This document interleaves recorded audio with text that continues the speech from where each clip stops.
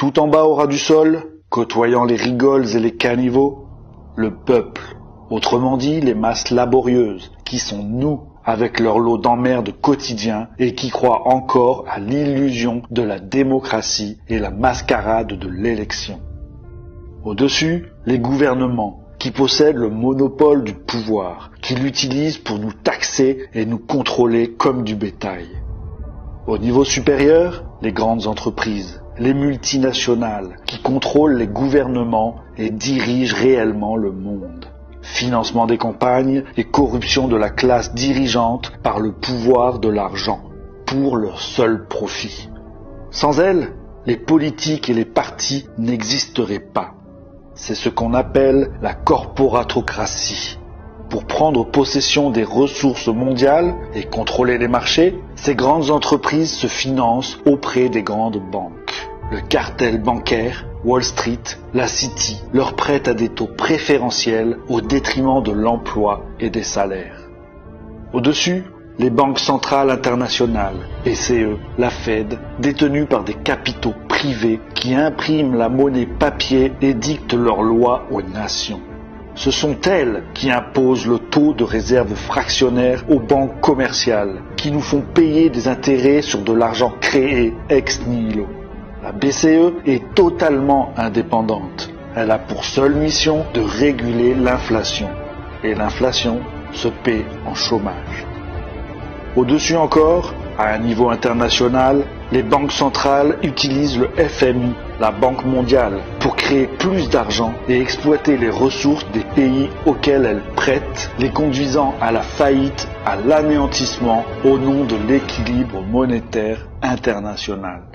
Sous prétexte de les sauver, elles imposent leurs lois, les lois du marché, au profit d'une petite élite sans scrupules, au détriment des peuples qu'elles saignent à blanc avec le soutien des politiques et des médias subordonnés. À l'avant-dernier niveau, la Banque centrale des banques centrales, la BRI, la Banque des règlements internationaux, créée par les Rothschild qui contrôlent toutes les banques centrales internationales. Au dernier niveau, tout en haut, sous l'œil qui domine le monde, une petite élite oligarchique réduite aux seules familles des Rothschild, cartel bancaire, Rockefeller, complexe militaro-industriel, assis sur leur bon gros tas d'or et qui regardent sombrer les peuples dans une extrême pauvreté, en se tapotant le bas du ventre avec la satisfaction du devoir accompli. Ils poussent des cris de félicité et de suffisance en tirant sur leurs bretelles. Pof, pof, bruit de la fumée du cigare au prix incalculable qui s'échappe de la bouche de ces hyènes insatiables des ténèbres.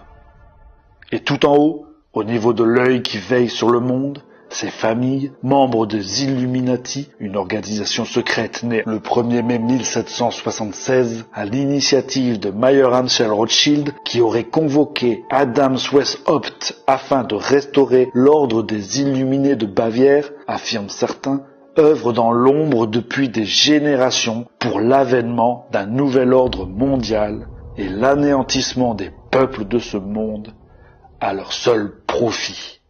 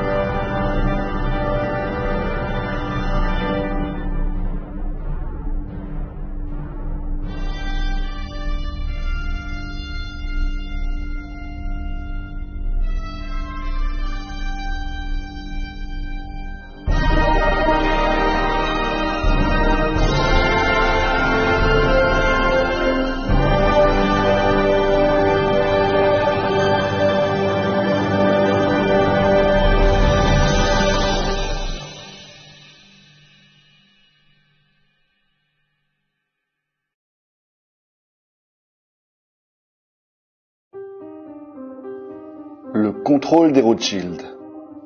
Liste des banques détenues et contrôlées par les Rothschild.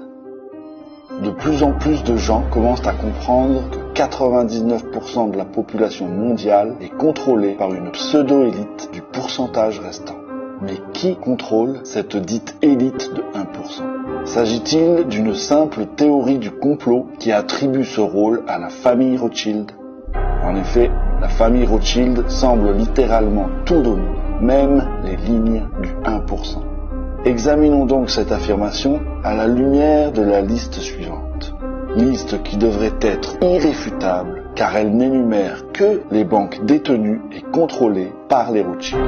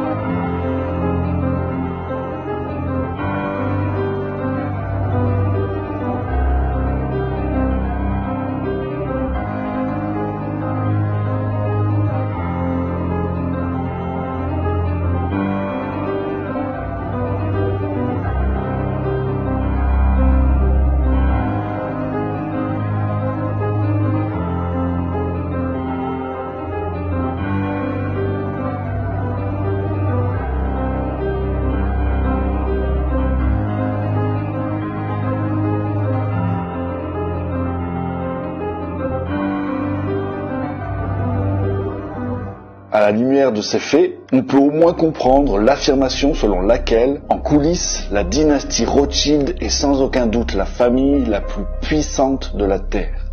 Leur richesse estimée s'élèverait à 500 billions de dollars.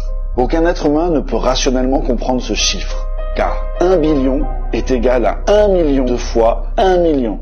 500 billions de dollars représentent donc 500 millions de fois 1 million de dollars, donc un 5 suivi de 14 zéros. Évidemment, il est impossible de prouver de manière pertinente cette somme estimée. Avec des actifs de cette ampleur, ce patrimoine se comporte comme les bas-fonds de l'océan. Il est à la hausse et à la baisse à tout moment, dans des proportions incroyables. La Federal Reserve Banks, la Fed, et l'Internal Revenue Service, IRS. Le fait que la US Federal Reserve Bank soit dans les mains privées est pratiquement inconnu du grand public. De même, le grand public ignore que la Fed se trouve sur un terrain qui lui appartient et qu'elle est protégée par les lois américaines. Cette société privée imprime l'argent pour le gouvernement américain, qui lui verse des intérêts pour cette faveur. La Fed est à son tour contrôlée par les dynasties Rothschild, Rockefeller et Morgan. L'ensemble des États-Unis est donc en dette envers la Fed. En outre, la plupart des personnes vivant aux États-Unis n'ont aucune idée que l'Internal Revenue Service, l'IRS, est une autorité étrangère. Plus précisément, l'IRS est une société étrangère privée du Fonds monétaire international, le FMI, et elle est l'armée privée de la Federal Reserve Bank. Son objectif principal est de garantir que les Américains payent leurs impôts et soient tous de bons petits esclaves. En 1835, le président américain Andrew Jackson a déclaré son mépris pour les banquiers internationaux. Vous êtes une fosse pleine de serpents et de voleurs. J'ai décidé de vous exterminer. Par Dieu Tout-Puissant, je vais vous exterminer. Si seulement les gens comprenaient l'injustice abominable de notre système monétaire et bancaire, nous aurions une révolution avant demain matin. Il s'en est suivi une tentative ratée d'attentat contre le président Jackson.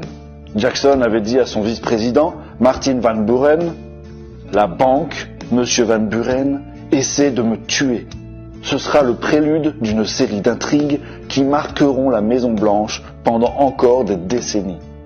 Les présidents américains Lincoln et Kennedy ont tous deux été assassinés dans leur tentative de libérer le pays des banksters. Les mégabanques du monde. Il y a 2 mégabanques qui offrent des prêts à tous les pays du monde. La Banque mondiale et le FMI. La première est détenue conjointement par les plus grandes familles de banquiers du monde, les Rothschild en tête, tandis que la seconde est entièrement détenue par les Rothschild.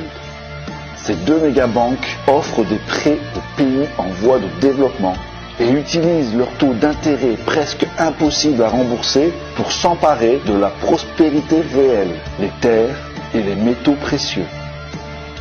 Mais ce n'est pas tout.